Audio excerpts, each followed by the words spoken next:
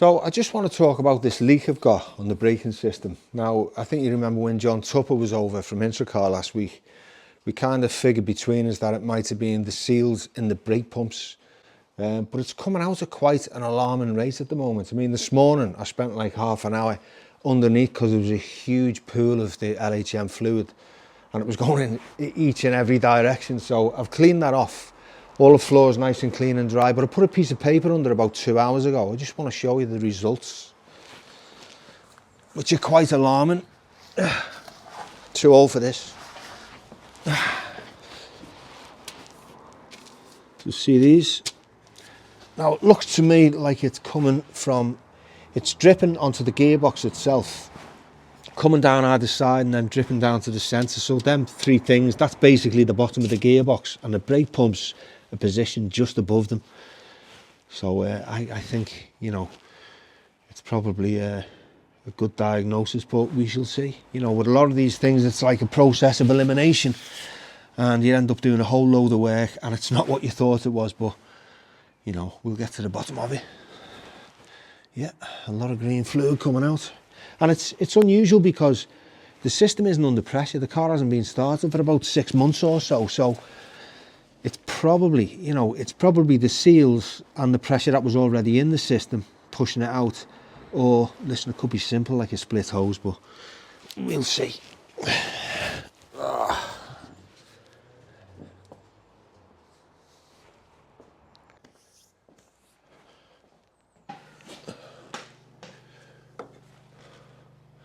I'm just looking in here. This is the rear brake pump and it's absolutely soaking wet with the LHM fluid, and you can see there's quite a pool down here on the top of the bell housing, and as I said, I think it's dropping down either side, running around the front, and that's why you're getting them 3 pools of fluid.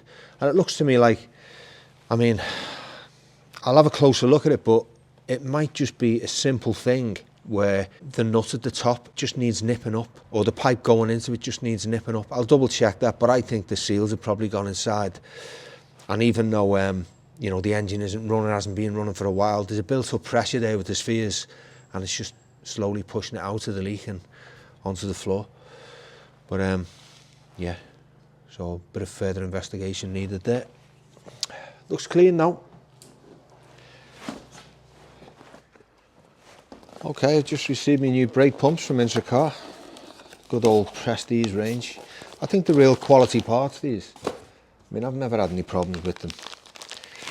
They always come nice and wrapped and well presented.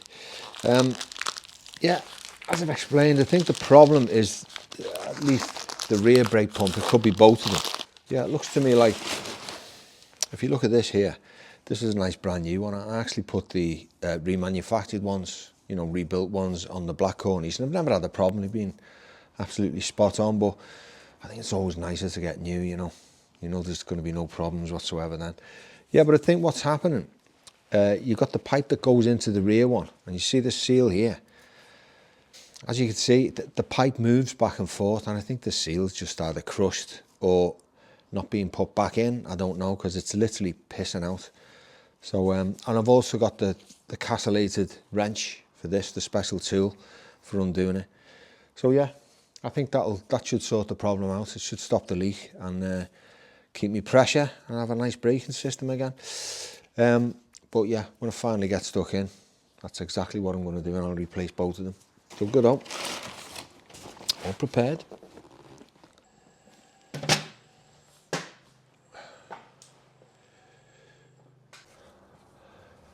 And if this is the feed pipe here, the feed hose, and if I just move it like that, I mean, that's ridiculous. It's like there's no seal there. It's just sliding from side to side, and as you can see, it's literally just pouring out.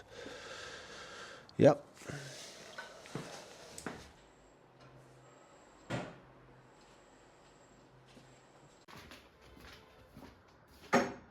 Right. I just thought before I embark on a huge strip down of the top part of the engine and, you know, replacing both the pumps, I'd try a simpler, cheaper fix first, because it's always worth it rather than do a massive job. It could just be something simple like so. I purchased these. These go on the top of the brake pumps. The pipe screws into that, and you've got tiny little seals from the hard pipe that go into here. Now sometimes these leak past and it goes down and it basically pisses all over your floor, so it could quite possibly be these. If it's not, I'll do the proper job. But I mean, I need new ones of these anyway, and new seals, so let's see how we get on, eh? So it's off with the feed pipe. Now I have to say, it's so much easier working in the engine bay of this 83 Corniche compared to my 1975 Corniche. When I replaced these on the 75, there was literally no access without first removing the carburettors and a distributor, as well as most of the other ancillaries, just to gain access to the pumps. But the reason for this is, in the 1980s, Rolls-Royce increased the length by a whopping 4 inches, making loads more room and life so much easier when working in its engine bay.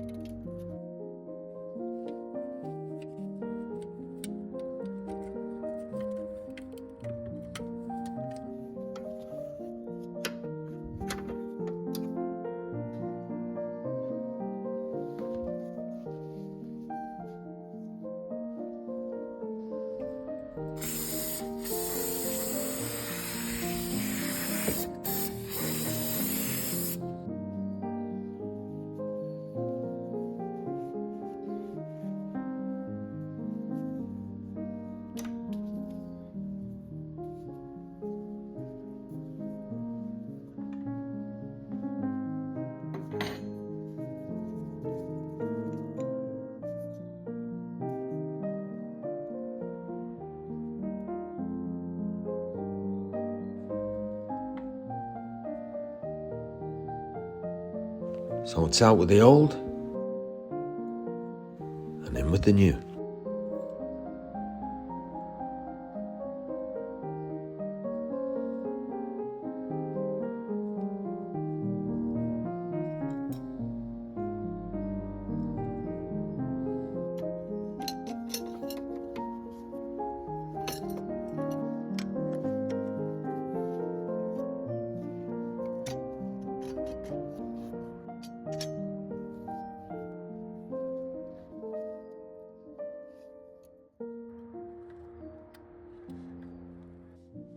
Well, that's not going to cut it.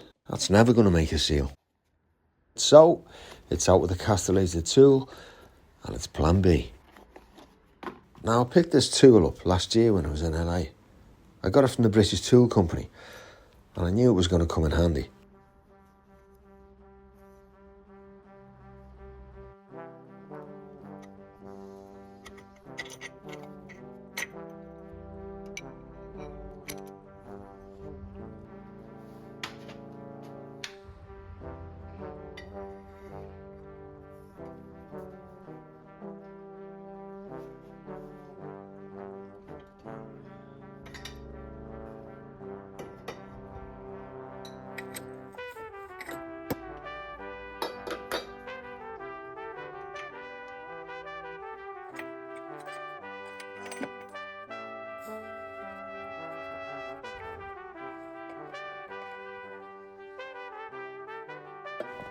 Oof, look at the crud in there.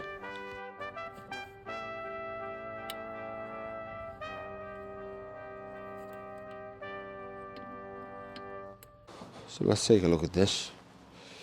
That doesn't look too bad. A little clean up. No, that's perfect.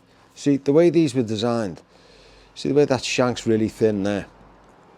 I think on the earlier ones, it was creating problems where, say there was a fault in the system and it was to build up too much pressure, it would blow all your seals and wreck your whole system.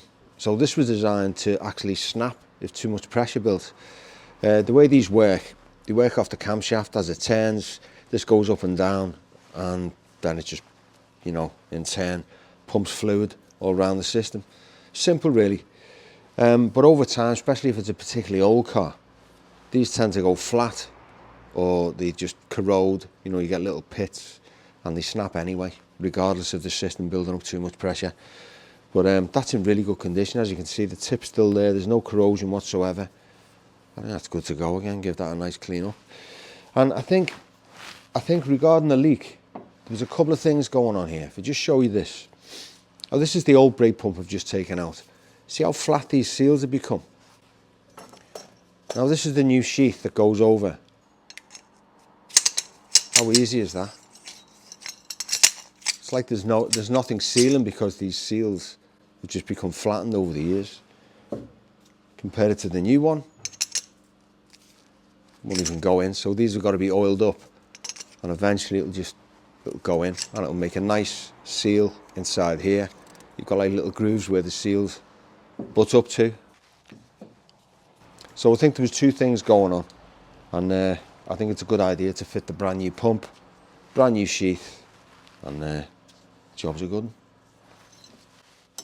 Oh, and also I should mention, if this was to snap off, it would go inside either where the shim is at the bottom, or it would go into the engine itself. I've never known these to cause any damage.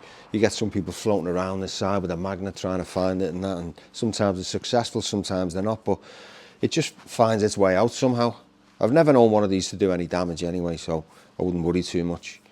And also, if you take a look at the old pump underneath here, see all this corrosion and crud, and it's not great. And this is the new one. The difference. Yeah. And as I say, that goes like that. Well, like this on the car.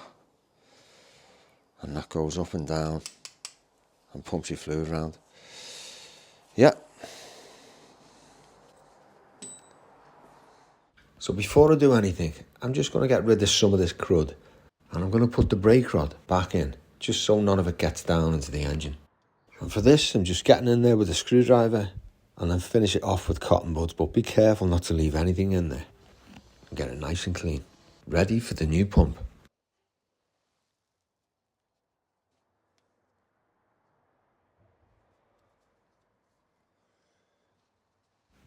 And then with the brake rod removed, I'm just going to pass a small magnet down just to make sure there's no junk left in there from a previous repair, just to be on the safe side. And when I'm happy, let's oil up the old brake rod, and then it all goes back together.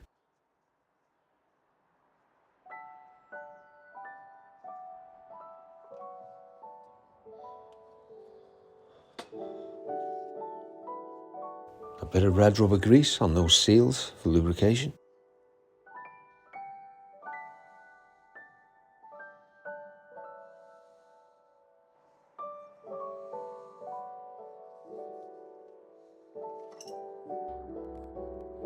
Now I must stress that if you refit new brake pumps along with new brake rods, then the clearances have to be reset.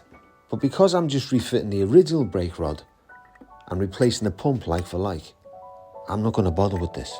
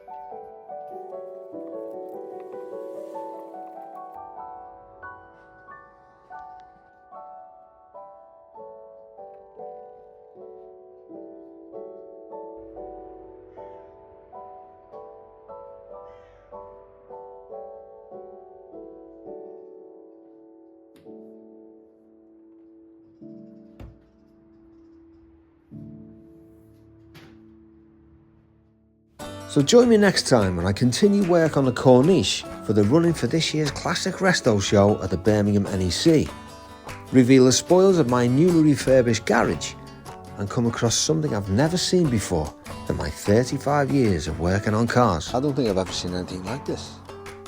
Thank you for watching this episode of Classic Obsession. If you enjoyed it, don't forget to like and subscribe. And see you all next time.